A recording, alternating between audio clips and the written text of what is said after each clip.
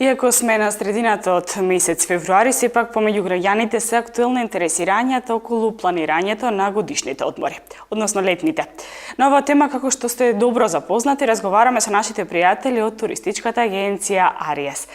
Никола, добро утро. Добро утро. Како што кажав, денеска ќе разговараме поопширно околу летните одмори.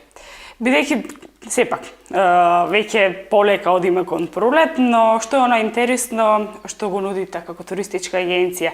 Дали има веќе дали се постигнати првите резервации за летните одмори?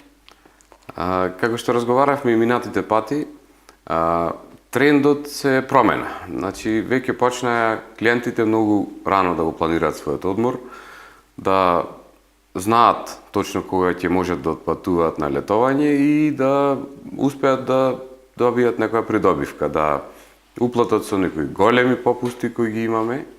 И оваа година, и ние седма година, како ги објавуваме многу рано нашите летни програми, зашто ни се веќе готови, се е спремно, ги објавивме уште пред Нова година. Тоа е тренд кој го има веќе кај Србите и кај некои други пазари, кои ние го применавме сега и вистина сме изненадени од интересот.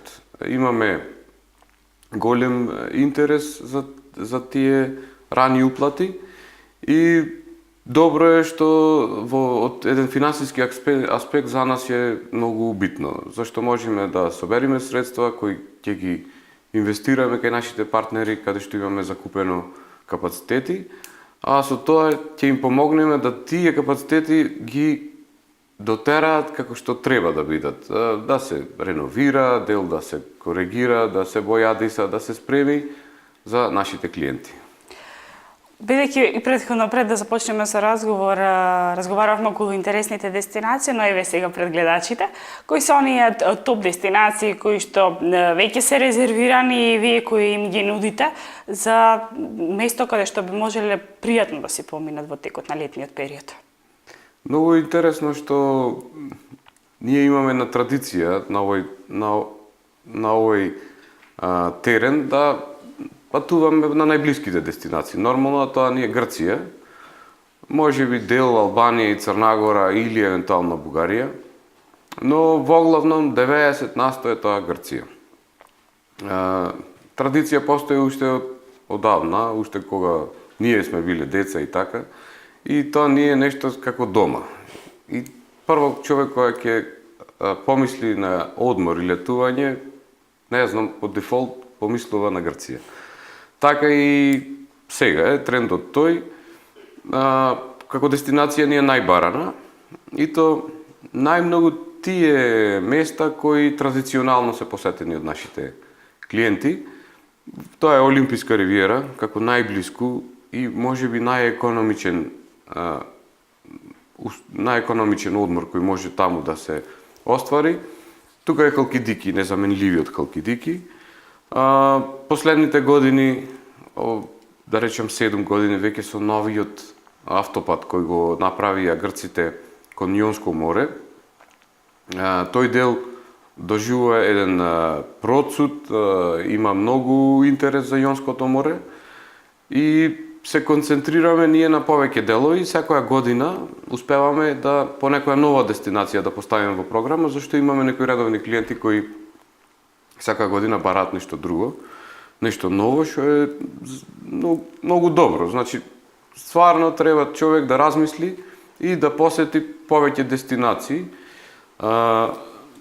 Стандардните програми сме сигурни и знаеме дека интересот е тој. Имаме клиенти кои одат на едно исто место повеќе од 10 години.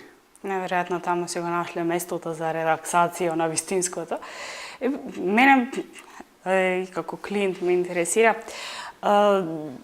какви се цените, како се движат, бидејќи претпоставувам дека од сега доколку се резервира, има малку е поевтино за разлика од сакам додам и веднаш заминувам праксата.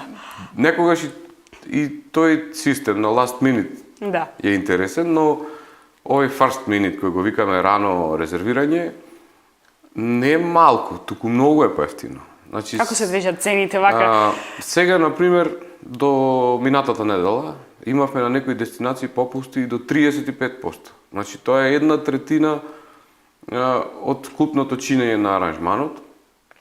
И кога ќе се уплати на некоја повисока сума, например ако се земе апартман или цел пакет аранжман во август кога е најскапо да речеме, замислете на 1000 евра, 350 евра е попустот.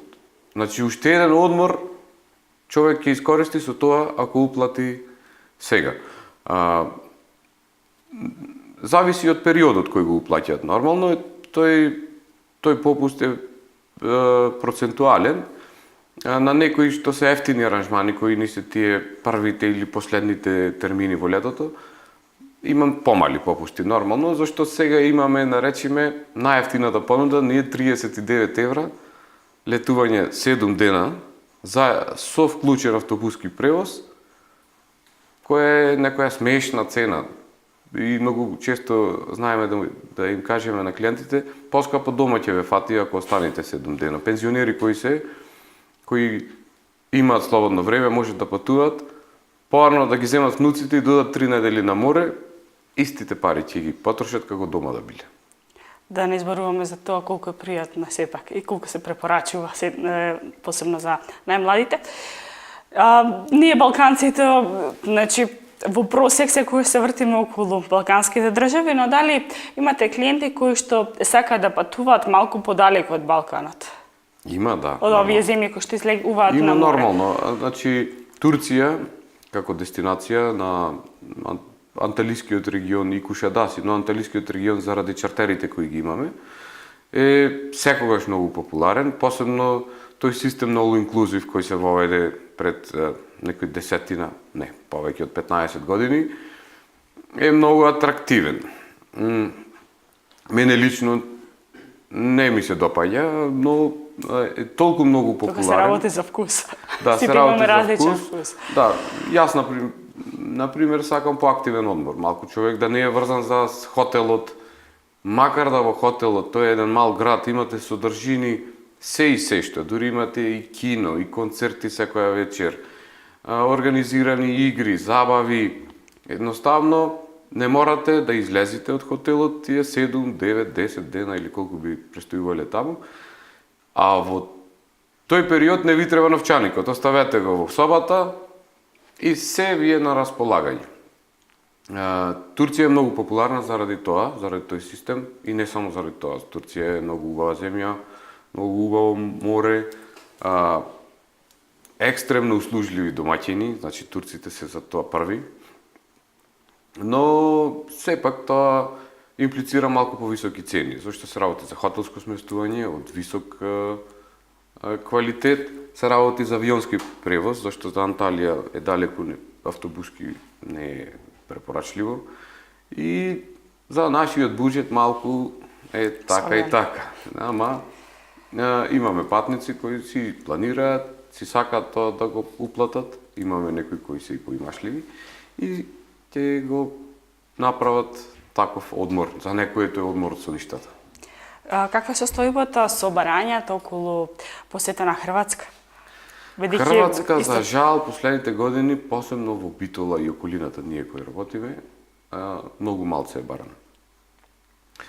Прво заради оддалеченоста, можеби во километража не е многу далеку, но патот е се уште недозавршен. Во Албанија дел од патиштата се направија, се реновираја, се дотера, но имаме 3-4 граници, низ Црна Гора е после патот тој што е, Јадранската магистрала е доста дотерана, но сепак има мал проточна моќ и се прават гужви во летните периоди, а на второ место се цените. Хрватска има највисоки цени од цел регион и во пансионските и вон пансионските услуги се скапи. Така да за наш буџет сето тоа имплицира да имаме помал интерес за Хрватска. Но препорачувам, значи за мене е една од најубавите земји кои нуди многу различити типови на одмор. Не е тој оне класичниот што одиме во лептокарија, па 7 дена тука, па прошетка со вајле. Имате толку многу содржини, толку многу понуда, толку добра храна. Хрватите се меѓу 5 најпожелни дестинации во светот, Хрватска. Разговарајќи со мои пријатели, бидејќи повеќето се млади луѓе, повеќе сакаат да имаат активен летен одмор, како што споменавме. Кои дестинации според вас можат, посебно на младите луѓе, да им дозволат таков активен одмор, каде што истовремено ќе можат да се запознаат со добар ноќен живот. Исто така ќе можат да запознаат и многу културни значајни места, но и кога ќе се вратат да, иако како што нели платиле, и да се вратат со малку побогато искуство. Кои се според вас тие интересни дестинации? Како профил на туристи, многу малце ги имаме такви. Значи, повеќето се лежачи. Значи, одам на одмор, на плажа, си лежам, ручај си, легни си, пак на плажа. 90% се такви нашите туристи. Младите, зависи кој тип го барат на активен одмор. За речиме, во Хрватска можете вие да добиете во текот од 7 дена, секој ден различита понуда. Еден ден да планинарите на Бјоково, Макарска. Еден ден да одите на рафтинг. Еден ден да одите на едрење. Или некои активности кои ги сакаат, да речем, чесите. Чесите никогаш не остануваат на истата плажа секој ден. Секој ден се негде заминати. Од сабајле, бициклизам, после тоа имаат школа за сурф. Па тоа сето кошта, а и треба човек да има волја. За младите тоа го има во Хрватска. Во Бугарија за младите го има ноќниот живот. Значи, Бугарија и бугарското приморје е препознатлив по богат ноќен живот, дискотеки, журки на плажа и со цени кои се за нас прифатливи. Тоа истото го има и на Миконос, го има и на Закинтос. Но таму се цените повисоки и за нашиот буџет одма има тука некоја кочница. Значи, да речеме на Миконос имате, кој е еден од најпознатите острови за ноќен живот, имате навечер пијачка во дискотека 20 евра. Влезница плюс, тоа за наш буџет тешко дека ќе помини. Малку ќе обрнеме внимание и на оние кои што патуваат семејно. Кои што би издвоиле за нив? Бидејќи мислам дека тие веќе почнуваат да планираат каде ќе го поминат нивниот летен одмор, нели? Се планира и семејниот буџет, па еве неколку дестинации за нив. Кои што сакаат да патуваат семејно, нели? Мали деца. Ние како народ сме такви да патуваме фамилиарно. И ги носиме нашите деца и кога ќе пораснат големи. Па после од кога ќе се мажат, женат со внуци, па одиме чопоративно. Одиме со се сна, со се зет, со се деца, па дури и сватојте некогаш. И тоа е убава работа. Многу ретко човек, односно семејството ќе може да се собере на едно место и 7 дена да биде 24 сати заедно. Ние сме такви како луѓе. За разлика од германците, деца ќе направат 12-13 години и тие не ги носат на одмор. Ќе ги пушти во некој камп, јазичен, спортски камп или не знам што, на 18 години тој ќе порасни, ќе почне сам да оди и тие ќе ги видите најчесто се тие парови. Значи, од млади па после дури се да остарат одат по двајца на одмор. Што и кај нив се мена тој тренд, еве сега имаме информации последните 5-6 години на Јонско море, посебно Левкада, каде има тренд изнајмуваат вили. Ќе земат вила со 3, 4 или 5 спални, истото тој и на Хрватското приморје, и почне да одат како нас на одмор. Значи, ајде и децата, фамилијата, со се внуци, и тоа е една убава традиција. Бидејќи ги споменавте камповите, дали соработувате со некои кампови каде што би можелете на младите да бидат испратени? Да, имаме такви програми и се популарни. Ние почнавме со тој тип пред некаде 10 години, со неколку спортски клубови од Битола, посебно кошаркарските клубови, Младост, Студент, кои станаа многу популарни аранжмани. Се одеа во 3, 4, 5 термини и е многу интересен и активен и едукативен одмор за децата. Значи, си имаат своите тренери се таму, нема мама, тато, детето е пуштено со тренерот. Имат програма, сабајле имат тренинг, попладне имат тренинг. Сега во специализираните кампови имаме школа за кајакарство, имаме јавање на коњи, имаме јазичен дел, каде што се изучува, например, во Грција, почетен грчки јазик за тие 7-10. Не детето да нешто ќе научи, но ќе се запознае и ќе се сретне со тоа. Ќе можеби ќе се јави љубов кон тоа. Организирани активни игри помеѓу децата, запознавање на децата од различни националности и остава еден белег кај дечињата кој за многу долго време и во понатаму во животот позитивно влијае на детето. Тука ние ќе го завршиме разговорот за денешното петочно издание. Со нови разговори, нова тема се гледаме следниот петок.